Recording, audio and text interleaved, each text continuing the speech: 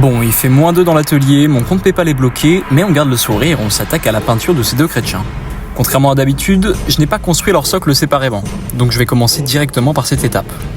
J'applique une base blanche, suivie de quelques couches de lavis pour assombrir les creux, puis un brossage à sec de gris clair afin d'obtenir un effet guerre urbaine. Ensuite, je passe à ma technique secrète, bon pas si secrète, pour créer un effet métal rouillé et usé.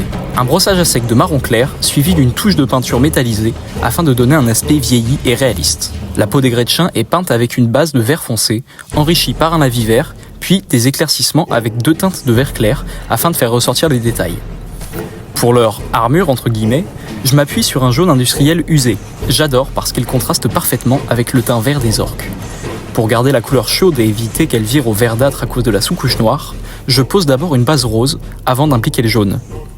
Je profite de l'occasion pour peindre les entrailles sur le dos de l'assistant du médico, une petite touche macabre qui ajoute du charme à la figurine. Une fois les peintures terminées, je pose les décalcomanies. J'applique quelques lavis afin de renforcer les ombres, puis j'ajoute des éclaboussures de marron foncé pour salir le jaune et accentuer le côté brut et chaotique. Un coup de vernis de AK Ultra Mat, mon préféré, un peu de sang sur les entrailles, et voilà.